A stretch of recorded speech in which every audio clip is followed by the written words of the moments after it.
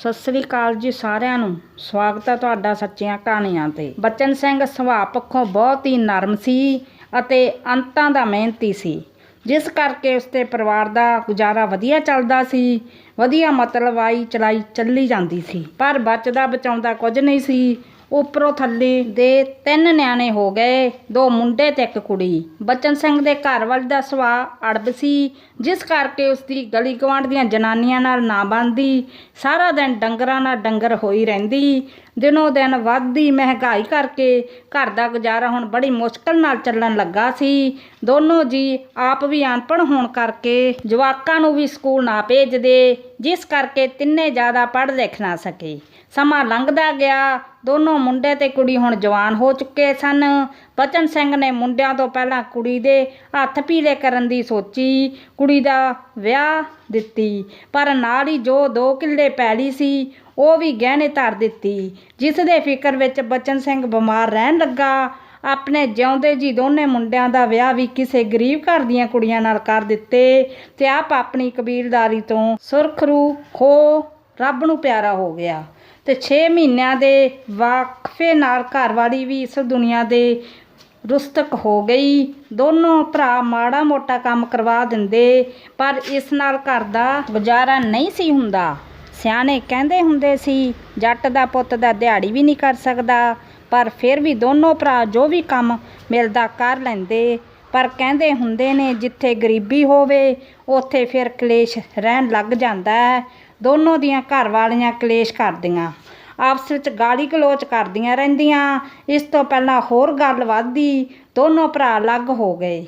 ਵੱਡਾ ਭਰਾ ਚਰਨ ਸਿੰਘ ਨੇ ਆਪਣੇ ਹਿੱਸੇ ਦਾ ਮਕਾਨ ਵੀ ਛੋਟੇ ਭਰਾ ਨੂੰ ਦੇ ਦਿੱਤਾ, ਕਿਉਂਕਿ ਮਕਾਨ ਬਹੁਤ ਵੱਡਾ ਨਹੀਂ ਸੀ। ਉੱਪਰੋਂ ਹਾਲਾਤ ਵੀ ਖਸਤਾ ਬਣੀ ਹੋਈ ਸੀ। ਤੇ ਆਪ ਚਰਨ ਸਿੰਘ ਘਰ ਵਾਲੀ ਮਨਜੀਤ ਕੌਰ ਤੇ ਆਪਣੀ ਕੁੜੀ ਸੁਰਿੰਦਰ ਕੌਰ ਨਾਲ ਇੱਕ ਨਵੀਂ ਮੰਜ਼ਿਲ ਦੀ ਤਲਾਸ਼ ਵਿੱਚ ਅਣਜਾਣ ਰਾਹ 'ਤੇ ਤੁਰ ਪਿਆ।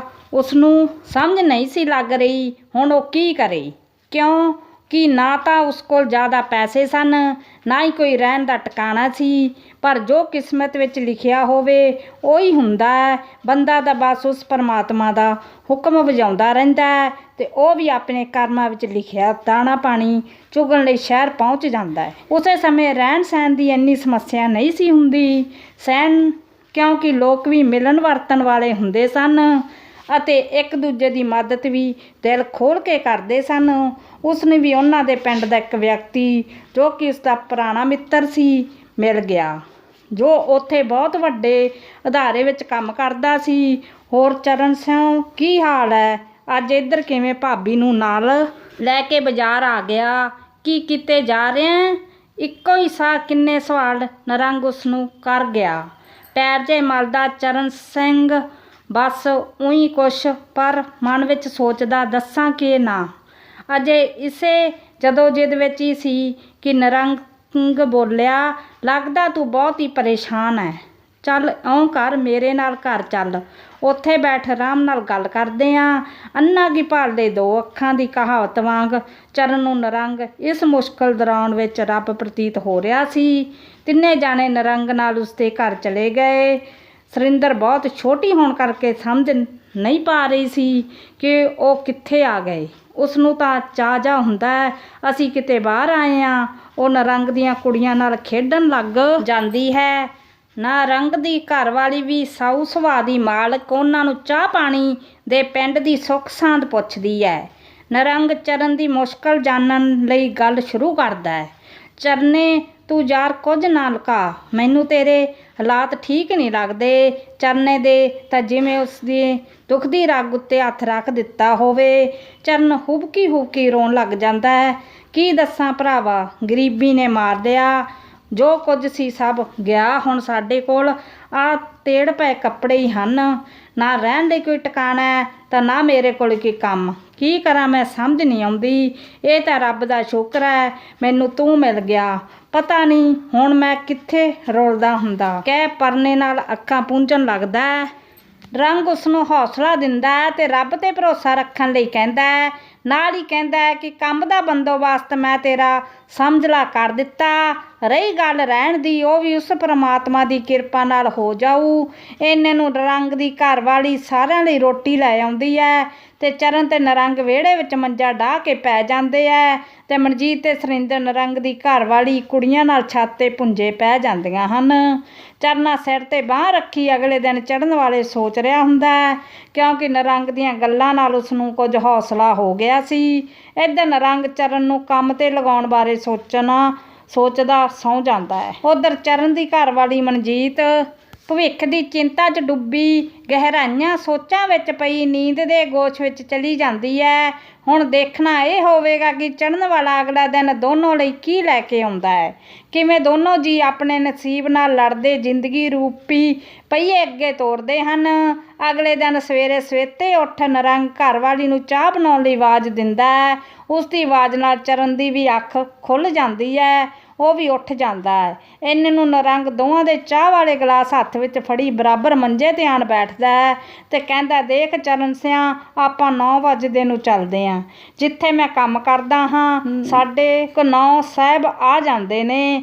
ਤੈਨੂੰ ਪਤਾ ਹੈ ਹੁਣ ਜਿਹੜੇ ਸਾਹਿਬ ਨਵੇਂ ਆਏ ਨੇ ਬਹੁਤ ਹੀ ਦਰਿਆ ਦਿਲ ਬੰਦੇ ਨੇ। ਚਰਨ ਸਿੰਘ ਚਾਹ ਦੀ ਚੁਸਕੀ ਭਰੀ ਤੇ ਉਸਤਤਾ ਨਾਲ ਨਰੰਗ ਦੇ ਮੂੰਹ ਵੱਲ ਦੇਖਦਾ ਹੈ। ਨਰੰਗ ਗੱਲ ਅੱਗੇ ਤੋਰਦਾ ਹੋਇਆ ਦੱਸਦਾ ਹੈ ਕਿ ਉਹਨਾਂ ਦਾ ਨਾਮ ਜਸਵਿੰਦਰ ਸਿੰਘ ਬਰਾੜ ਹੈ। ਪਿਆਰ ਨਾਲ ਸਾਰੇ ਉਸਨੂੰ ਬਰਾੜ ਸਾਹਿਬ ਕਹਿੰਦੇ ਹਨ।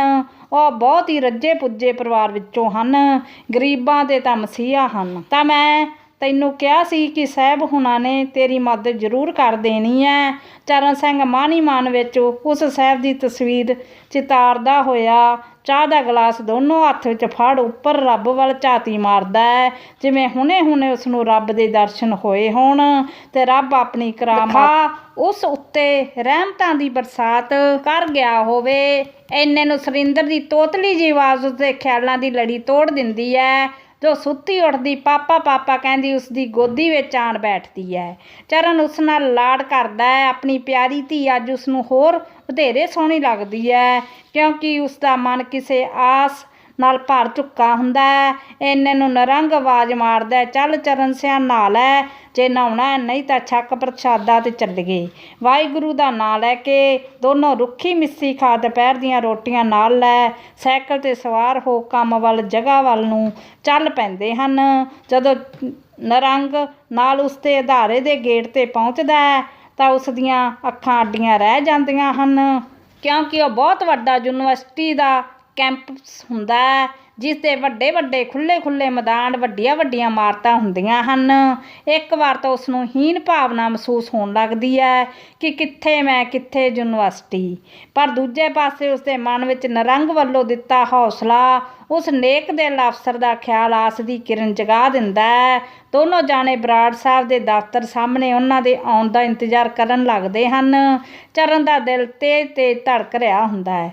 ਜਦ ਬਰਾੜ ਸਾਹਿਬ ਆਪਣੀ ਕਾਰ ਪਾਰਕ ਕਰਕੇ ਦਫ਼ਤਰ ਵੱਲ ਨੂੰ ਆਉਂਦੇ ਨਜ਼ਰੀ ਪੈਂਦੇ ਹਨ, ਚਰਨ ਸਿੰਘ ਇੱਕ ਟੱਕ ਉਹਨਾਂ ਵੱਲ ਦੇਖਣ ਲੱਗਦਾ ਹੈ। ਉੱਚਾ ਲੰਬਾ ਕੱਦ, ਵਧੀਆ ਕੱਪੜੇ, ਕਾਫੀ ਕਲਰ ਦੀ ਪੱਗ, ਰੋਹਦਾਰ ਪਰਸਨੈਲਿਟੀ ਤੇ ਮਾਲਕ ਬਰਾੜ ਸਾਹਿਬ ਜਦੋਂ ਨਰੰਗ ਨੂੰ ਦੇਖਦੇ ਹਨ ਤਾਂ ਆਪਣੇ ਦਫ਼ਤਰ ਦੇ ਅੰਦਰ ਜਾਣ ਦੀ ਬਜਾਏ ਸਿੱਧਾ ਉਸ ਕੋਲ ਆ ਕੇ ਉਸਦੇ ਮੋਢੇ 'ਤੇ ਹੱਥ ਰੱਖ ਕੇ ਪੁੱਛਦੇ ਹਨ, ਹੋਰ ਨਰੰਗ ਜੀ ਕਿਵੇਂ ਹੋ?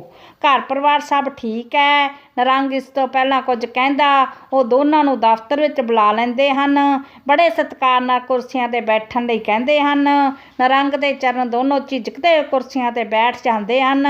ਬਰਾੜ ਸਾਹਿਬ ਆਪ ਹੀ ਚਰਨ ਬਾਰੇ ਪੁੱਛ ਲੈਂਦੇ ਹਨ ਕਿ ਇਹ ਸਾਹਿਬ ਕੌਣ ਹਨ? ਤਾਂ ਨਰੰਗ ਦੱਸਦਾ ਹੈ, ਜੀ ਇਹ ਮੇਰੇ ਪਿੰਡ ਤੋਂ ਮੇਰਾ ਦੋਸਤ ਹੈ ਜੀ। ਬਰਾੜ ਸਾਹਿਬ ਕਹਿੰਦੇ ਹਨ, ਅੱਛਾ ਜੀ।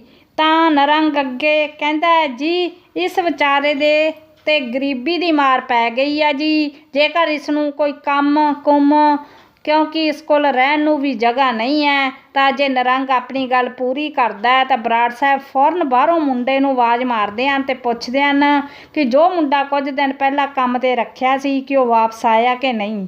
ਤਾਂ ਮੁੰਡਾ ਦੱਸਦਾ, ਨਹੀਂ ਜੀ ਉਹ ਨਹੀਂ ਆਇਆ। ਤਾਂ ਬਰਾੜ ਸਾਹਿਬ ਕਹਿੰਦੇ, ਲਓ ਜੀ ਕੰਮ ਤਾਂ ਤੁਹਾਨੂੰ ਅੱਜ ਹੀ ਲਗਾ ਦਿੱਤਾ ਹੈ, ਹੋਰ ਕੋਈ ਸੇਵਾ ਦੱਸੋ ਮੇਰੇ ਲਈ। ਤਾਂ ਦੋਨੋਂ ਹੱਥ ਜੋੜ ਦਿੰਦੇ ਹਨ। ਬਰਾੜ ਸਾਹਿਬ ਉਸ ਮੁੰਡੇ ਨੂੰ ਕੰਮ ਸਮਝਾਉਣ ਬਾਰੇ ਕਹਿ ਦਿੰਦੇ ਹਨ ਤੇ ਚਰਨ ਸਿੰਘ ਨੂੰ ਕਹਿੰਦੇ ਹਨ ਕਿ ਸ਼ਾਮ ਨੂੰ ਜਾਂਦਾ ਹੋਇਆ ਮੈਨੂੰ ਇੱਕ ਵਾਰ ਮਿਲ ਕੇ ਜਾਵੀਂ। ਇਸੇ ਤਰ੍ਹਾਂ ਚਰਨ ਦਾ ਯੂਨੀਵਰਸਿਟੀ ਵਿੱਚ ਕੰਮ ਦਾ ਪਹਿਲਾ ਦਿਨ ਸ਼ੁਰੂ ਹੋ ਜਾਂਦਾ ਹੈ। ਨਿਰੰਗ ਆਪਣੇ ਕੰਮ ਲੱਗ ਜਾਂਦਾ ਹੈ ਜੋ ਨਾਲ ਦੇ ਡਿਪਾਰਟਮੈਂਟ ਵਿੱਚ ਹੁੰਦਾ ਹੈ, ਅਤੇ ਸ਼ਾਮ ਚਰਨ ਤੇ ਨਿਰੰਗ ਫਿਰ ਬਰਾੜ ਸਾਹਿਬ ਦੇ ਕਹਿਣ ਅਨੁਸਾਰ ਉਹਨਾਂ ਦੇ ਦਫ਼ਤਰ ਚਲੇ ਜਾਂਦੇ ਹਨ। ਤਾਂ ਬਰਾੜ ਸਾਹਿਬ ਦੱਸਦੇ ਹਨ ਕਿ ਮੈਂ ਵਿਭਾਗ ਨੂੰ ਚਿੱਠੀ ਲਿਖ ਦਿੱਤੀ ਹੈ, ਕਿਸੇ ਬੰਦੇ ਦੀ ਡਿਊਟੀ ਦੀ ਰਾਤ ਨੂੰ ਵੀ ਲੋੜ ਹੈ, ਸੋ ਤੁਹਾਡੀ ਹੁਣ ਰਹਿਣ ਦੀ ਟੈਨਸ਼ਨ ਵੀ ਖਤਮ। ਕੱਲ੍ਹ ਨੂੰ ਆਪਣਾ ਸਮਾਨ ਲੈ ਆਉਣਾ। ਅਤੇ ਆਪਣੀ ਜੇਬ ਵਿੱਚੋਂ ਕੁਝ ਪੈਸੇ ਕੱਢ ਕੇ ਦੇ ਦਿੰਦੇ ਹਨ ਅਤੇ ਕਹਿੰਦੇ ਹਨ ਕਿ ਇਸ ਨਾਲ ਆਪਣਾ ਕੁਝ ਰਾਸ਼ਨ ਜ਼ਰੂਰੀ ਸਮਾਨ ਲੈ ਆਵੀਂ। ਚਰਨ ਸਿੰਘ ਉਹਨਾਂ ਦੇ ਪੈਰੀਂ ਹੱਥ ਲਗਾਉਣ ਲੱਗਦਾ ਹੈ ਤਾਂ ਉਸ ਨੂੰ ਜੱਫੀ ਵਿੱਚ ਘੁੱਟ ਲੈਂਦੇ ਹਨ। ਚਰਨ ਦੀਆਂ ਅੱਖਾਂ ਵਿੱਚੋਂ ਅੱਜ ਪਹਿਲੀ ਵਾਰ ਸ਼ਾਇਦ ਖੁਸ਼ੀ ਦੇ ਹੰਝੂ ਜਾਂ ਕਿਸੇ ਵੱਲੋਂ ਮਨਾਂ ਮੂੰਹ ਸਤਿਕਾਰ ਦਾ ਵਰਣਨ ਸੀ, ਜਾਂ ਫਿਰ ਬਰਾੜ ਸਾਹਿਬ ਉਹਨਾਂ ਦੇਵਤਾਂ ਦਾ ਰੂਪ ਲੱਗੇ ਜਿਨ੍ਹਾਂ ਦਾ ਉਪਕਾਰ ਸ਼ਾਇਦ ਉਹ ਆਪਣੇ ਹੰਝੂਆਂ ਨਾਲ ਝੁਕਾ ਰਿਹਾ ਸੀ। ਤਾਂ ਬਰਾੜ ਸਾਹਿਬ ਚਰਨ ਦਾ ਮੋਢਾ ਥੱਪ ਧਵਾਉਂਦੇ ਹੋਏ ਹੌਸਲਾ ਰੱਖਣ ਲਈ ਕਹਿੰਦੇ ਹਨ। ਦੋਨੋਂ ਹੱਥ ਜੋੜ ਵਾਪਸ ਘਰ ਆ ਜਾਂਦੇ ਹਨ। ਸਾਰੇ ਜਾਣੇ ਕੰਮ ਮਿਲਣ ਦੀ ਖੁਸ਼ੀ ਵਿੱਚ ਬਹੁਤ ਖੁਸ਼ ਹੁੰਦੇ ਹਨ। ਅਗਲੇ ਦਿਨ ਚਰਨ ਨਿਰੰਗ ਦਾ ਧੰਨਵਾਦ ਕਰਦਾ ਹੈ ਅਤੇ ਉਸ ਤੋਂ ਇਜਾਜ਼ਤ ਲੈ ਆਪਣੀ ਘਰਵਾਲੀ ਅਤੇ ਸੁਰਿੰਦਰ ਨੂੰ ਲੈ ਕੇ ਰਹਿਣ ਲਈ ਯੂਨੀਵਰਸਿਟੀ ਚਲਾ ਜਾਂਦਾ ਹੈ। ਸਭ ਤੋਂ ਪਹਿਲਾਂ ਉਹ ਉਹਨਾਂ ਨੂੰ ਬਰਾੜ ਸਾਹਿਬ ਨਾਲ ਮਿਲਾਉਣਾ ਚਾਹੁੰਦਾ ਹੈ ਤਾਂ ਜੋ ਉਹ ਵੀ ਉਸ ਦੇਵਤਾ ਦੇ ਦਰਸ਼ਨ ਕਰ ਸਕਣ ਜਿਸ ਨੂੰ ਸਾਰੀ ਯੂਨੀਵਰਸਿਟੀ ਦੇ ਮੁਲਾਜ਼ਮ ਆਪਣਾ ਦੇਵਤਾ ਜਾਂ ਰੱਬ ਮੰਨਦੇ ਹਨ। ਯੂਨੀਵਰਸਿਟੀ ਦੇ ਮੁਲਾਜ਼ਮਾਂ ਵਿੱਚ ਇੱਕ ਗੱਲ ਆਮ ਸੁਣਨ ਨੂੰ ਮਿਲਦੀ ਹੈ ਕਿ ਜਿਸ ਕਿਸੇ ਨੂੰ ਬਰਾੜ ਸਾਹਿਬ ਸਵੇਰੇ ਸਵੇਰੇ ਮਿਲ ਜਾਣ ਉਹ ਆਪਣੇ ਆਪ ਨੂੰ ਭਾਗਾਂ ਵਾਲਾ ਮਹਿਸੂਸ ਕਰਦਾ ਹੈ। ਸ਼ਾਇਦ ਇਹ ਸਾਰਿਆਂ ਦਾ ਉਹਨਾਂ ਪ੍ਰਤੀ ਪਿਆਰ ਅਤੇ ਸਤਿਕਾਰ ਸੀ, ਕਿਉਂਕਿ ਉਹ ਵੀ ਕਿਸੇ ਨਾਲ ਕੋਈ ਵਿਤਕਰਾ ਨਹੀਂ ਸੀ ਕਰਦੇ ਅਤੇ ਯੂਨੀਵਰਸਿਟੀ ਦੇ ਸਾਰੇ ਮੁਲਾਜ਼ਮਾਂ ਨੂੰ ਆਪਣਾ ਪਰਿਵਾਰ ਮੰਨਦੇ ਸੀ। ਉਹ ਉਹਨਾਂ ਦੇ ਦੁੱਖ ਸੁੱਖ ਵਿੱਚ ਸ਼ਰੀਕ ਹੁੰਦੇ ਅਤੇ ਆਪਣੇ ਮੁਲਾਜ਼ਮਾਂ ਦੇ ਹੱਕਾਂ ਲਈ ਵੱਡੇ ਅਫਸਰਾਂ ਅਤੇ ਸਰਕਾਰਾਂ ਨਾਲ ਲੜਦੇ। ਜਿੰਨੀ ਦੇਰ ਉਹਨਾਂ ਦੇ ਇੰਪਲਾਈਜ਼ ਨੂੰ ਭੱਤੇ ਜਾਂ ਤਨਖਾਹ ਨਾ ਮਿਲਦੀ ਉਹ ਖੁਦ ਵੀ ਸਰਕਾਰੀ ਸੁਵਿਧਾ ਨਾ ਲੈਂਦੇ। ਇਹਨਾਂ ਮੁਲਾਜ਼ਮਾਂ ਦੇ ਹੱਕ ਦਿਵਾਉਣ ਕਰਕੇ ਉਹਨਾਂ ਨੇ ਆਪਣੀ ਤਰੱਕੀ ਦੇ ਵੀ ਕਈ ਮੌਕੇ ਹੱਥ ਜਾਣ ਦਿੱਤੇ। ਬਸ ਆਪਣੀ ਜ਼ਮੀਰ ਨੂੰ ਜਾਗਦੇ ਰੱਖਿਆ, ਕਿਸੇ ਨਾਲ ਧੱਕਾ ਨਾ ਹੋਣ ਦਿੱਤਾ। ਇਹੋ ਜਿਹੇ ਅਫਸਰ ਫਿਰ ਉਹਨਾਂ ਦੇ ਮੁਲਾਜ਼ਮ ਲਈ ਰੱਬ ਤੋਂ ਘੱਟ ਥੋੜ੍ਹੀ ਹੁੰਦੇ ਹਨ। ਇਹ ਸਭ ਪਹਿਲੀ ਮਿਲਣੀ 'ਚ ਚਰਨ ਵੀ ਮਹਿਸੂਸ ਕਰ ਗਿਆ ਸੀ ਜਦੋਂ ਬਰਾੜ ਸਾਹਿਬ ਨੇ ਉਸ ਨੂੰ ਆਪਣੀ ਜੇਬ ਵਿੱਚੋਂ ਪੈਸੇ ਦਿੱਤੇ ਸਨ, ਕਿਉਂਕਿ ਅਫਸਰ ਤਾਂ ਲੋਕਾਂ ਦੀਆਂ ਜੇਬਾਂ 'ਚੋਂ ਪੈਸੇ ਕਢਵਾਉਣ ਲਈ ਜਾਣੇ ਜਾਂਦੇ ਨੇ। ਇਹੋ ਜਿਹਾ ਅਫਸਰ ਉਸਨੇ ਵੀ ਪਹਿਲੀ ਵਾਰ ਦੇਖਿਆ ਸੀ।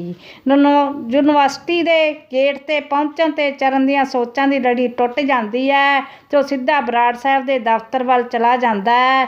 ਦੋਨੋਂ ਹੱਥ ਜੋੜ ਸਤਿ ਸ੍ਰੀ ਅਕਾਲ ਬੁਲਾ ਜਦੋਂ ਚਰਨ ਮਨਜੀਤ ਅਤੇ ਸੁਰਿੰਦਰ ਨੂੰ ਬਰਾੜ ਸਾਹਿਬ ਨਾਲ ਮਿਲਾਉਂਦਾ ਹੈ ਤਾਂ ਬਰਾੜ ਸਾਹਿਬ ਸੁਰਿੰਦਰ ਨੂੰ ਆਪਣੀ ਧੀ ਵਾਂਗ ਬਹੁਤ ਸਾਰਾ ਪਿਆਰ ਦਿੰਦੇ ਹੋਏ ਸਿਰ ਪਲੋਸਦੇ ਹਨ ਅਤੇ ਸੁਰਿੰਦਰ ਨੂੰ ਯੂਨੀਵਰਸਿਟੀ ਦੇ ਸਕੂਲ ਵਿੱਚ ਦਾਖਲ ਕਰਵਾਉਣ ਲਈ ਕਹਿੰਦੇ ਹਨ ਅਤੇ ਚਰਨ ਕਹਿਣ ਅਨੁਸਾਰ ਸੁਰਿੰਦਰ ਦਾ ਦਾਖਲਾ ਕਰਵਾ ਦਿੰਦਾ ਹੈ।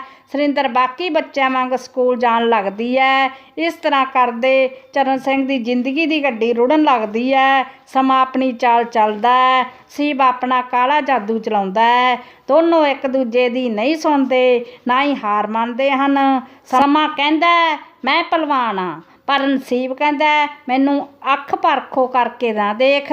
ਸਮਾਂ ਤੂੰ ਤਾਂ ਬਦਲਦਾ ਰਹਿੰਦਾ ਹੈ, ਪਰ ਜੋ ਨਸੀਬ ਲਿਖਿਆ ਹੁੰਦਾ ਉਸ ਨੂੰ ਕੌਣ ਬਦਲ ਸਕਦਾ ਹੈ। ਇਸ ਤਰ੍ਹਾਂ ਦੀ ਕੁਝ ਚਰਨ ਦੀ ਜ਼ਿੰਦਗੀ ਵਿੱਚ ਵਾਪਰਦਾ ਹੈ ਜਿਸ ਨਾਲ ਸੁਰਿੰਦਰ ਦੀ ਪੂਰੀ ਜ਼ਿੰਦਗੀ ਤੈਸ਼ ਨੈਸ਼ ਹੋ ਜਾਂਦੀ ਹੈ। ਇਸ ਵਾਰ ਚਰਨ ਦੀ ਘਰਵਾਲੀ ਦੀ ਉਮੀਦ ਤੋਂ ਸੀ। ਚਰਨ ਬਹੁਤ ਖੁਸ਼ ਸੀ ਕਿ ਚਲੋ ਕੰਮ ਅਤੇ ਪੱਕੇ ਟਿਕਾਣੇ ਵਾਲੀ ਮੁਸ਼ਕਲ ਤਾਂ ਹੱਲ ਹੋ ਗਈ। ਕੀ ਪਤਾ ਰੱਬ ਇਸ ਵਾਰ ਪੁੱਤ ਵੀ ਦੇ ਦੇਵੇ। ਇਹੋ ਜਿਹੀਆਂ ਸੋਚਾਂ ਸੋਚਦਾ ਦਿਨ ਰਾਤ ਕੰਮ ਕਰਦਾ ਨਾ ਥੱਕਦਾ, ਪਰ ਰੱਬ ਤਾਂ ਆਪਣਾ ਕੁਝ ਹੋਰ ਹੀ ਤਾਣਾ ਬਾਣਾ ਬੁਣੀ ਬੈਠਾ ਸੀ। ਚਰਨ ਦੀ ਘਰਵਾਲੀ ਇੱਕ ਬੇਟੀ ਨੂੰ ਜਨਮ ਦਿੰਦੀ ਹੈ। ਜਨਮ ਦੇਣ ਸਾਰ ਆਪ ਰੱਬ ਨੂੰ ਪਿਆਰੀ ਹੋ ਜਾਂਦੀ ਹੈ। ਚਰਨ 'ਤੇ ਜਾਨੀ ਦੁੱਖਾਂ ਦਾ ਪਹਾੜ ਟੁੱਟ ਪੈਂਦਾ ਹੈ। ਸਮੇਂ ਦੀ ਮਾਰ ਝੱਲਦਾ ਚਰਨ ਨਸੀਬ ਹੱਥੋਂ ਲੁੱਟ ਜਾਂਦਾ ਹੈ। ਉਹ ਦਿਨ ਰਾਤ ਰੱਬ ਨੂੰ ਲਾਂਭੇ ਦਿੰਦਾ ਹੈ ਜਿਸ ਨੇ 2 ਧੀਆਂ ਤਾਂ ਦੇ ਦਿੱਤੀਆਂ, ਪਰ ਪਾਲਣ ਵਾਲੀ ਮਾਂ ਦੇ ਜੀਵਨ ਸਾਥਣ ਸਦਾ ਲਈ ਖੋਹ ਲਈ। ਕਿਸਮਤ ਦੀ ਮਾਰ ਸਹਿੰਦੀ ਹੋਈ ਬੇਜਾਨ ਹੋਇਆ, ਜਿਵੇਂ ਕਿਸੇ ਨੇ ਨਿਚੋੜ ਕੇ ਰੂਹ ਬਾਹਰ ਕੱਢ ਲਈ ਹੋਵੇ। ਕੁੜੀਆਂ ਕਰਕੇ ਉਸੇ ਤਰ੍ਹਾਂ ਸਰੀਰ ਤੋੜਵੀਂ ਮਿਹਨਤ ਕਰਦਾ, ਨਾਲ ਨਾਲ ਕੁੜੀਆਂ ਨੂੰ ਪਾਲ ਤੇ ਪੜ੍ਹਾ ਵੀ ਰਿਹਾ ਹੁੰਦਾ। ਬਰਾੜ ਸਾਹਿਬ ਨੇ ਉਸ ਦੇ ਦੁੱਖ ਤੇ ਮਜਬੂਰੀ ਨੂੰ ਸਮਝਦੇ ਹੋਏ ਵਿਭਾਗ ਨੂੰ ਉਸ ਦੀ ਮਿਹਨਤ ਦੇ ਕੰਮ ਦਾ ਵੇਰਵਾ ਦਿੰਦੇ ਹੋਏ ਪੱਕੇ ਕਰਾਉਣ ਲਈ ਸਿਫਾਰਿਸ਼ ਕਰ ਦਿੱਤੀ ਸੀ, ਤਾਂ ਜੋ ਧੀਆਂ ਦਾ ਬਾਪ ਰੋਜ਼ਗਾਰ ਪੱਖੋਂ ਮਾਰ ਨਾ ਖਾਵੇ। ਥੋੜ੍ਹੇ ਸਮੇਂ ਬਾਅਦ ਚਰਨ ਸਿੰਘ ਪੱਕਾ ਕਾਮਾ ਬਣ ਗਿਆ ਸੀ। ਹੁਣ ਸਰਿੰਦਰ ਥੋੜ੍ਹੀ ਵੱਡੀ ਹੋ ਗਈ ਅਤੇ ਉਸ ਉੱਤੇ ਘਰ ਦੀ ਜ਼ਿੰਮੇਵਾਰੀ ਆ ਗਈ। ਸਰਿੰਦਰ ਰੋਟੀ ਟੁੱਕ ਕਰਦੀ, ਨਾਲ ਨਾਲ ਆਪਣੀ ਛੋਟੀ ਭੈਣ ਤਜਿੰਦਰ ਨੂੰ ਵੀ ਸਾਂਭਦੀ। ਸਾਰਾ ਦਿਨ ਘਰ ਦੇ ਕੰਮ ਵਿੱਚ ਰੁਲੀ ਰਹਿੰਦੀ, ਪਰ ਆਪਣੀ ਛੋਟੀ ਭੈਣ ਦਾ ਇੱਕ ਮਾਂ ਵਾਂਗ ਧਿਆਨ ਰੱਖਦੀ, ਨਾ ਹੀ ਉਸ ਤੋਂ ਕੋਈ ਕੰਮ ਕਰਵਾਉਂਦੀ, ਚਾਹੇ ਆਪ ਕਿੰਨੀ ਔਖੀ ਕਿਉਂ ਨਾ ਹੋ ਜਾਂਦੀ। ਘਰ ਦੇ ਹਾਲਾਤਾਂ ਕਰਕੇ ਉਸ ਦੀਆਂ ਕਈ ਕਲਾਸਾਂ ਤੇ ਸਾਲ ਖਰਾਬ ਹੋ ਗਏ, ਕਿਉਂਕਿ ਉਸ ਨੂੰ ਪੜ੍ਹਨ ਦਾ ਸਮਾਂ ਨਾ ਮਿਲਦਾ, ਜਿਸ ਕਰਕੇ ਬਹੁਤੀਆਂ ਜਮਾਤਾਂ ਉਸ ਨੂੰ 2 ਸਾਲਾਂ ਵਿੱਚ ਕਰਨੀਆਂ ਪਈਆਂ। ਜਦ ਤੱਕ ਉਸਨੇ 10ਵੀਂ ਦੀ ਪੜ੍ਹਾਈ ਪੂਰੀ ਕੀਤੀ, ਉਸ ਦੀ ਉਮਰ 20 ਸਾਲ ਹੋ ਚੁੱਕੀ ਸੀ, ਪਰ ਘਰ ਦੀਆਂ ਜ਼ਿੰਮੇਵਾਰੀਆਂ ਨੇ ਉਸ ਨੂੰ ਉਮਰ ਨਾਲੋਂ ਵੀ ਵੱਧ ਸਿਆਣੀ ਕਰ ਦਿੱਤਾ ਸੀ। ਘਰ ਦੀ ਮਜਬੂਰੀ ਸਮਝਦੀ ਹੋਈ ਤੇ ਆਪਣੀ ਭੈਣ ਨੂੰ ਪੜ੍ਹ ਲਿਖ ਕੇ ਕੁਝ ਬਣਾਉਣ ਕਰਕੇ ਆਪਣੀਆਂ ਖਵਾਇਸ਼ਾਂ ਦਾ ਗਲਾ ਘੁੱਟ ਲਿਆ। ਚਰਨ ਸਿੰਘ ਦੀ ਇੱਛਾ ਦੇ ਬਾਵਜੂਦ ਵੀ ਉਹ ਅੱਗੇ ਨਾ ਪੜ੍ਹ ਸਕੀ, ਜਾਂ ਇੱਦਾਂ ਕਹਿ ਲਓ ਉਸਨੇ ਆਪ ਹੀ ਕੁਰਬਾਨੀ ਦਿੰਦੇ ਹੋਏ ਆਪਣੇ ਪਾਪਾ ਨੂੰ ਪੜ੍ਹਨ ਤੋਂ ਮਨ੍ਹਾ ਕਰ ਦਿੱਤਾ। ਸਮਾਂ ਬੀਤਦਾ ਗਿਆ। ਹੁਣ ਤਜਿੰਦਰ ਨੇ ਵੀ 10ਵੀਂ ਪਾਸ ਕਰ ਲਈ ਸੀ ਤੇ ਚਰਨ ਹੁਣ ਦੋਨੋਂ ਜਵਾਨ ਕੁੜੀਆਂ ਦਾ ਫਿਕਰ ਵੱਡ ਵੱਡ ਖਾਂਦਾ ਕਿ ਦੋਨੋਂ ਆਪਣੀ ਇੱਜ਼ਤ ਲੈ ਸਮੇਂ ਸਿਰ ਆਪਣੇ ਘਰ ਜਾਣ। ਇਸ ਲਈ ਉਸਨੇ ਸਰਿੰਦਰ ਲਈ ਰਿਸ਼ਤੇ ਦੇਖਣੇ ਸ਼ੁਰੂ ਕੀਤੇ। ਜੇ ਕੋਈ ਵਧੀਆ ਰਿਸ਼ਤਾ ਆਉਂਦਾ ਤਾਂ ਕੁੜੀ ਦੀ ਪੜ੍ਹਾਈ ਦੇਖ ਕੇ ਜਵਾਬ ਦੇ ਜਾਂਦੇ, ਕਿਉਂਕਿ ਹਰ ਕੋਈ ਵੱਧ ਪੜ੍ਹੀ ਲਿਖੀ ਕੁੜੀ ਭਾਲਦਾ। ਦੇਖਣੇ ਸ਼ੁਰੂ ਕੀਤੇ। ਜੇ ਕੋਈ ਵਧੀਆ ਰਿਸ਼ਤਾ ਆਉਂਦਾ ਤਾਂ ਕੁੜੀ ਦੀ ਪੜ੍ਹਾਈ ਦੇਖ ਕੇ ਜਵਾਬ ਦੇ ਜਾਂਦੇ, ਕਿਉਂਕਿ ਹਰ ਕੋਈ ਵੱਧ ਪੜ੍ਹੀ ਲਿਖੀ ਕੁੜੀ ਹੀ ਭਾਲਦਾ ਸੀ। ਤਾਂ ਅਖੀਰ ਅਖਬਾਰ ਰਾਹੀਂ ਇੱਕ ਮੁੰਡੇ ਦੀ ਦੱਸ ਪਈ। ਮੁੰਡੇ ਹੁਣੀ 2 ਭਰਾ ਹੁੰਦੇ ਹਨ, ਪਰ ਜ਼ਮੀਨ ਘੱਟ ਹੁੰਦੀ ਹੈ। ਮੁੰਡਾ ਪੜ੍ਹਿਆ ਲਿਖਿਆ ਕਰਕੇ ਇੱਕ ਪਰਿਵਾਰ ਛੋਟਾ ਕਰਕੇ ਸਰਿੰਦਰ ਦਾ ਰਿਸ਼ਤਾ ਕਰ ਦਿੱਤਾ ਜਾਂਦਾ ਹੈ, ਪਰ ਕਹਿੰਦੇ ਹੁੰਦੇ ਨੇ ਜਿੱਥੇ ਮਰਜ਼ੀ ਚਲੇ ਜਾਓ, ਕਿਸਮਤ ਨਹੀਂ ਬਦਲਦੀ। ਵਿਆਹ ਦੀ ਪਹਿਲੀ ਰਾਤ ਹੀ ਸਰਿੰਦਰ ਦਾ ਘਰ ਵਾਲਾ ਸ਼ਰਾਬ ਨਾਲ ਰੱਜ ਕੇ ਆਉਂਦਾ ਹੈ ਤੇ ਸਰਿੰਦਰ ਨੂੰ ਗਾਲੀ ਗਲੋਚ ਕਰਦਾ ਹੋਇਆ ਬੇਸੁਰਤ ਹੋ ਕੇ ਡਿੱਗ ਪੈਂਦਾ ਹੈ। ਸਰਿੰਦਰ ਨੂੰ ਬੁਰੀ ਤਰ੍ਹਾਂ ਸਦਮਾ ਲੱਗਦਾ ਹੈ। ਦੁੱਖਾਂ ਦੀ ਮਾਰੀ ਸਰਿੰਦਰ ਉਸਦੇ ਬੂਟ ਖੋਲ ਇੱਕ ਪਾਸੇ ਰੱਖ ਦਿੰਦੀ ਹੈ। ਥੋੜ੍ਹਾ ਕੋਸ਼ਿਸ਼ ਕਰਕੇ ਲੱਤਾਂ ਬੈੱਡ 'ਤੇ ਸਿੱਧੀਆਂ ਕਰ ਦਿੰਦੀ ਹੈ ਤੇ ਆਪਣੇ ਨਸੀਬ ਨੂੰ ਕੋਸਦੀ ਹੈ। ਸ਼ਾਇਦ ਇਹੀ ਕੁੜੀਆਂ ਦੀ ਕਿਸਮਤ ਹੈ। ਸਬਰ ਕਰ, ਚੁੱਪ ਦਾ ਘੁੱਟ ਭਰ ਲੈਂਦੀ ਹੈ, ਕਿਉਂਕਿ ਜੇ ਦੱਸਦੀ ਵੀ ਤਾਂ ਕਿਸ ਨੂੰ। ਪਿਓ ਦਾ ਪਹਿਲਾਂ ਹੀ ਦੁੱਖਾਂ ਦੀ ਮਾਰ ਝੱਲ ਰਿਹਾ ਸੀ। ਮਾਂ ਜੋ ਸਦਾ ਦੀ ਰੁਸਤਕ ਹੋ ਗਈ ਸੀ। ਭੈਣ ਅਜੇ ਛੋਟੀ ਸੀ, ਕੀ ਕਰਦੀ, ਕਿੱਥੇ ਜਾਂਦੀ। ਗੁੰਮਸੁੰਮ ਹੋਈ ਦਿਨ ਕੱਟੀ ਕਰਦੀ ਹੈ। ਸਮਾਂ ਬੀਤਦਾ ਗਿਆ। ਸਰਿੰਦਰ ਦੇ ਵਿਆਹ ਨੂੰ 3 ਮਹੀਨੇ ਬੀਤ ਗਏ। ਲੋਕਾਂ ਦੀਆਂ ਨਜ਼ਰਾਂ ਵਿੱਚ ਵਿਆਹੀ, ਪਰ ਅਸਲੀਅਤ ਪੱਖੋਂ ਤਨ ਮਨ ਤੋਂ ਕੁਆਰੀ ਹੁੰਦੀ ਹੈ। ਜਦ ਇਸ ਗੱਲ ਦੀ ਖਬਰ ਉਸਦੀ ਸੱਸ ਨੂੰ ਪਤਾ ਚੱਲਦੀ ਹੈ ਤਾਂ ਆਪਣੇ ਮੁੰਡੇ ਨੂੰ ਦੋਸ਼ ਦੇਣ ਦੀ ਬਜਾਏ ਸਰਿੰਦਰ ਨੂੰ ਬੁਰਾ ਭਲਾ ਕਹਿਣ ਲੱਗਦੀ ਹੈ। ਪਰ ਸਰਿੰਦਰ ਕਹੇ ਵੀ ਤਾਂ ਕੀ ਕਹੇ। ਜਵਾਬ ਵਿੱਚ ਕਹਿੰਦੇ ਹਨ, ਜੇ ਔਰਤ ਘਰ ਦਾ ਦਰਵਾਜ਼ਾ ਪਾਰ ਕਰੇ ਤਾਂ ਉਸ ਨੂੰ ਮਰਿਆਦਾ ਦੀ ਉਲੰਘਣਾ ਕਰਨ 'ਤੇ ਚਰਿੱਤਰਹੀਣ ਆਖਿਆ ਜਾਂਦਾ ਹੈ, ਅਤੇ ਜਦੋਂ ਘਰ ਦੀ ਮਰਿਆਦਾ ਵਿੱਚ ਹੀ ਉਸਦੇ ਆਪਣੇ ਹੀ ਉਸ ਨਾਲ ਗਲਤ ਕਰਨ, ਫਿਰ ਵੀ ਉਹ ਇੱਜ਼ਤਦਾਰ ਹੀ ਰਹਿੰਦੇ ਹਨ। ਅਤੇ ਔਰਤ ਜੋ ਜ਼ੁਲਮ ਸਹਿੰਦੀ ਹੈ ਉਹ ਚਰਿੱਤਰਹੀਣ ਕਿਉਂਕਿ ਉਸਦੇ ਚਰਿੱਤਰ ਦਾ ਸਰਟੀਫਿਕੇਟ ਸਮਾਜ ਦੇ ਲੋਕਾਂ ਨੇ ਜੋ ਦੇਣਾ ਹੁੰਦਾ ਹੈ। ਅਜਿਹਾ ਕੁਝ ਸਰਿੰਦਰ ਨਾਲ ਹੁੰਦਾ ਹੈ। ਜਦ ਇੱਕ ਦਿਨ ਉਸਦੀ ਮਾਂ ਦਾ ਸਰੂਪ ਸੱਸ ਦੀ ਰਜਾਮੰਦੀ ਨਾਲ ਸਰਿੰਦਰ ਦਾ ਦਿਓਰ ਉਸ ਨਾਲ ਬਲਾਤਕਾਰ ਕਰਦਾ ਹੈ, ਜਿਸ ਦਾ ਸਰਿੰਦਰ ਪਹਿਲਾਂ ਤਾਂ ਵਿਰੋਧ ਕਰ ਬਾਅਦ ਵਿੱਚ ਸਭ ਚੁੱਪ ਕਰਕੇ ਸਹਿ ਲੈਂਦੀ ਹੈ, ਕਿਉਂਕਿ ਉਹ ਇਹ ਦੱਸੇ ਵੀ ਤਾਂ ਕਿਸ ਨੂੰ। 2 ਮਹੀਨਿਆਂ ਬਾਅਦ ਸਰਿੰਦਰ ਨੂੰ ਆਪਣੇ ਅੰਦਰ ਇੱਕ ਹਲਚਲ ਮਹਿਸੂਸ ਹੁੰਦੀ ਹੈ। ਤਾਂ ਜਦੋਂ ਇਸ ਸੰਬੰਧੀ ਗੱਲ ਸੱਸ ਨਾਲ ਕਰਦੀ ਹੈ ਤਾਂ ਸੱਸ ਅੱਗਿਓਂ ਬੁਰਾ ਭਲਾ ਆਖਦੀ ਹੈ।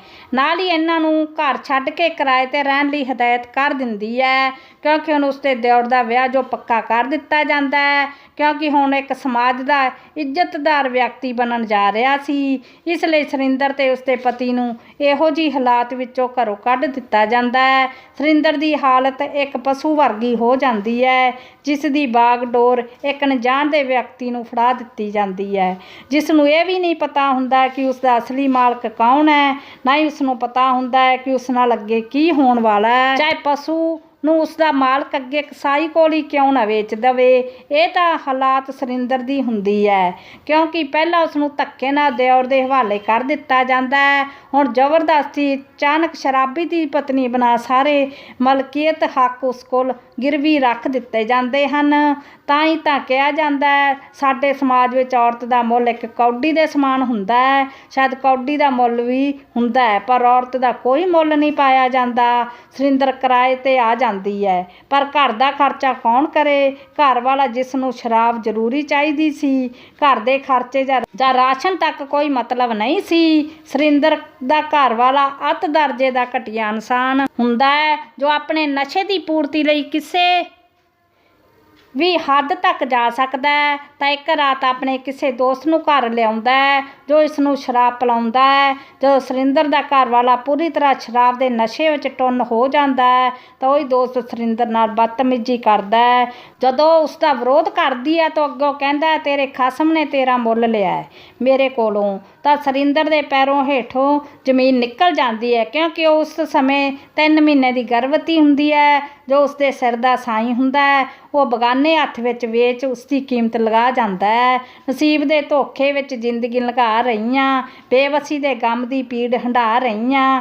ਬੋੜ ਵੇ ਰੱਬਾ, ਹੁਣ ਹੋਰ ਸਿਆਂ ਨਹੀਂ ਜਾਂਦਾ, ਹੱਥ ਜੋੜ ਕਰ ਦੁਆਵਾਂ ਦੇ ਵਾਸਤੇ ਪਾ ਰਹੀ ਹਾਂ। ਇਹ ਦਰਦ ਸੀ ਸੁਰਿੰਦਰ ਦੇ ਦਿਲ ਦੇ ਅੰਦਰ, ਪਰ ਉਸ 'ਤੇ ਤਾਂ ਆਪਣੇ ਹੀ ਉਸਦੇ ਮਾਸ ਨੂੰ ਗਿਰਜਾਂ ਵਾਂਗ ਨੋਚ-ਨੋਚ ਖਾਣਾ ਚਾਹੁੰਦੇ ਸਨ।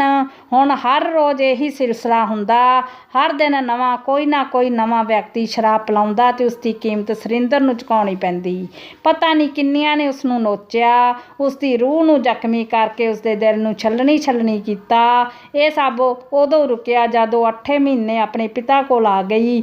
ਆਪਣੇ ਪਾਪਾ ਦੇ ਘਰ ਆ ਕੇ ਉਸਨੇ ਇੱਕ ਬੇਟੇ ਨੂੰ ਜਨਮ ਦਿੱਤਾ, ਜਿਸ ਨੂੰ ਪਾ ਕੇ ਸੁਰਿੰਦਰ ਆਪਣੇ ਸਾਰੇ ਗਮ ਇੱਕ ਵਾਰ ਤਾਂ ਭੁੱਲ ਗਈ, ਪਰ ਇਹ ਖੁਸ਼ੀਆਂ ਥੋੜ੍ਹੀ ਦੇਰ ਹੀ ਉਸ ਕੋਲ ਰਹੀਆਂ, ਕਿਉਂਕਿ ਬੇਟੇ ਦੇ ਜਨਮ ਤੋਂ ਥੋੜ੍ਹੇ ਸਮੇਂ ਬਾਅਦ ਉਸਦਾ ਘਰ ਵਾਲਾ ਉਸਨੂੰ ਫੇਰ ਆਪਣੇ ਨਾਲ ਲੈ ਗਿਆ। ਬਸ ਹੁਣ ਫੇਰ ਸੁਰਿੰਦਰ ਦੀ ਦੁਰਦਸ਼ਾ ਦਾ ਸਿਲਸਿਲਾ ਸ਼ੁਰੂ ਹੋਣ ਵਾਲਾ ਸੀ। ਆਪ ਉਹੀ ਕੰਮ ਨਾ ਕਰਦਾ, ਬਸ ਉਹ ਸੁਰਿੰਦਰ ਨੂੰ ਆਪਣੇ ਦੋਸਤਾਂ ਕੋਲ ਭੇਜਦਾ, ਜੋ ਇਹਨਾਂ ਦੇ ਘਰ ਦਾ ਖਰਚਾ ਚੁੱਕਦੇ। ਪਰ ਸੁਰਿੰਦਰ ਮਜਬੂਰ ਕੁਝ ਨਾ ਕਹਿੰਦੀ, ਸਭ ਸਹਿੰਦੀ ਰਹੀ, ਕਿਉਂਕਿ ਉਸਦੀ ਛੋਟੀ ਭੈਣ ਤੇਜਿੰਦਰ ਅਜੇ ਕੁਆਰੀ ਸੀ। ਜੇ ਰੌਲਾ ਪਾਉਂਦੀ ਤਾਂ ਉਸਦੀ ਬਦਨਾਮੀ ਹੋ ਜਾਣੀ ਸੀ, ਫਿਰ ਉਸਦਾ ਵੀ ਰਿਸ਼ਤਾ ਨਹੀਂ ਸੀ ਹੋਣਾ। ਇਹ ਸੋਚ ਕੇ ਚੁੱਪ ਰਹੀ, ਚਲੋ ਉਸਦਾ ਰਿਸ਼ਤਾ ਹੋ ਜਾਵੇ। ਪਹਿਲਾ ਸਮਾਂ ਬੀਤਦਾ ਗਿਆ। ਤੇਜਿੰਦਰ ਵਧੀਆ ਪੜ੍ਹ ਲਿਖ ਗਈ, ਉਸਨੂੰ ਇੱਕ ਵਧੀਆ ਪਰਿਵਾਰ ਦਾ ਮੁੰਡਾ ਮਿਲ ਗਿਆ, ਪਰ ਮੁੰਡੇ ਵਾਲੇ ਗਰੀਬ ਸਨ। ਤੇਜਿੰਦਰ ਜੋ ਬਾਹਰ ਜਾਣ ਦੀਆਂ ਸਾਰੀਆਂ ਸ਼ਰਤਾਂ ਪੂਰੀਆਂ ਕਰਦੀ ਸੀ, ਪਰ ਪੈਸੇ ਕਰਕੇ ਮਾਰ ਪੈਂਦੀ ਸੀ। ਜਦੋਂ ਇਸ ਸੰਬੰਧੀ ਚਰਨ ਨੇ ਬਰਾੜ ਸਾਹਿਬ ਨਾਲ ਗੱਲ ਕੀਤੀ ਤਾਂ ਉਹਨਾਂ ਨੇ ਕੁਝ ਮਦਦ ਆਪ ਕੀਤੀ, ਕੁਝ ਬੈਂਕ ਤੋਂ ਲੋਨ ਕਰਵਾ ਦਿੱਤਾ, ਜਿਸ ਨਾਲ ਤੇਜਿੰਦਰ ਦਾ ਵਿਆਹ ਹੋ ਗਿਆ। ਤੋਂ 6 ਮਹੀਨਿਆਂ ਮਗਰੋਂ ਕੈਨੇਡਾ ਚਲੀ ਗਈ। ਇੱਧਰ ਸੁਰਿੰਦਰ ਦਾ ਬੇਟਾ ਵੀ ਥੋੜ੍ਹਾ ਵੱਡਾ ਹੋ ਗਿਆ ਸੀ, ਜਿਸ ਨੂੰ ਸਕੂਲ ਲਾਉਣ ਬਾਰੇ ਸੋਚਦੀ ਸੀ, ਪਰ ਤੇਜਿੰਦਰ ਜਾਣ ਪਿੱਛੋਂ ਮਨ ਵਿੱਚ ਵਿਚਾਰ ਕਰਦੀ ਹੈ, ਹੁਣ ਹੋਰ ਨਹੀਂ ਸਮਾਂਗੀ, ਹੁਣ ਪਾਪਾ ਨਾਲ ਗੱਲ ਕਰਨੀ ਪੈਣੀ ਹੈ। ਤੋ ਆਪਣੇ ਪਾਪਾ ਕੋਲ ਜਾਂਦੀ ਹੈ, ਪਾਪਾ ਨੂੰ ਸਾਰੀ ਗੱਲ ਦੱਸਦੀ ਹੈ। ਉਹਨਾਂ ਦੇ ਉਸ ਦੀਆਂ ਗੱਲਾਂ ਸੁਣ ਕੇ ਹੋਸ਼ ਉੱਡ ਜਾਂਦੇ ਹੈ। ਉਹ ਬੈੱਡ 'ਤੇ ਉਤਰ ਕੇ ਜ਼ਮੀਨ 'ਤੇ ਬੈਠ ਜਾਂਦੇ ਹਨ, ਜਿਵੇਂ ਕੋਈ ਮਰ ਗਿਆ ਹੋਵੇ।